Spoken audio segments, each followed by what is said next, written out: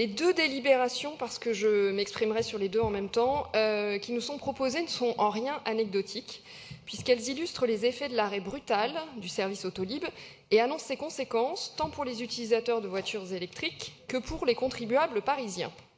Alors nous l'avons dénoncé à de multiples reprises, la rupture brutale du service est le fruit d'errances de gestion de la part du syndicat mixte Autolib Vélib Métropole.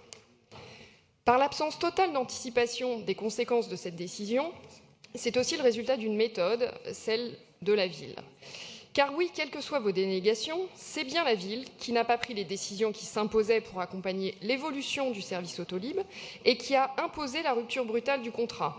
Majoritaire en voix, représentée uniquement par 2 membres de la majorité, notre Conseil ne peut aujourd'hui que subir, comme les Parisiens, cette décision prise sans concertation et dans la plus grande opacité.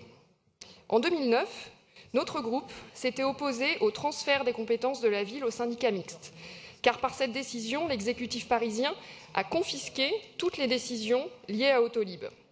Nous avons été exclus de toute information, ces fameux rapports par exemple, jamais communiqués, de toutes les décisions également.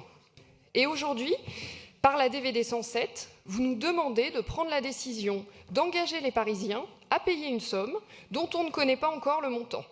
Donc, dans un premier temps, cette somme correspondant à l'amortissement des bornes, puis viendront les contreparties de la rupture du contrat. Vous nous demandez donc de signer un chèque en blanc, sans connaître ce qui sera le poids final pour les contribuables. Vous comprendrez donc que nous ne pouvons évidemment pas nous y associer. Conséquences pour les contribuables d'une part, sur la première délibération, et conséquences pour les utilisateurs de voitures électriques depuis le 1er août pour la seconde. Car depuis le 1er août, le service Autolib a été interrompu pour les utilisateurs d'Autolib, mais également pour tous ceux qui s'étaient abonnés pour bénéficier du maillage de recharge électrique, un service auquel s'étaient abonnés 3000 utilisateurs. Autolib palliait en effet le faible déploiement du réseau Vélib en permettant à tout propriétaire de véhicules électriques de se brancher sur les bornes.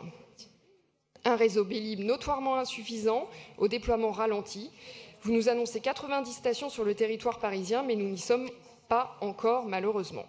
Le 1er août, ces propriétaires se sont à leur tour retrouvés sans solution.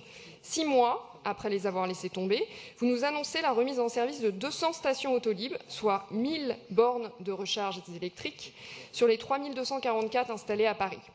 Une solution provisoire et non satisfaisante, ni pour contribuer à la nécessaire transition écologique à laquelle nous devons tous travailler, ni pour les finances de la ville. Alors vous faites le choix d'un abonnement forfaitaire d'un montant de 120 € par véhicule et par an. Alors ce n'est pas par bonté d'âme, mais plutôt parce que vous ne disposez plus du logiciel qui permettait de calculer la consommation des véhicules, ce qui comporte intrinsèquement un risque majeur de fraude.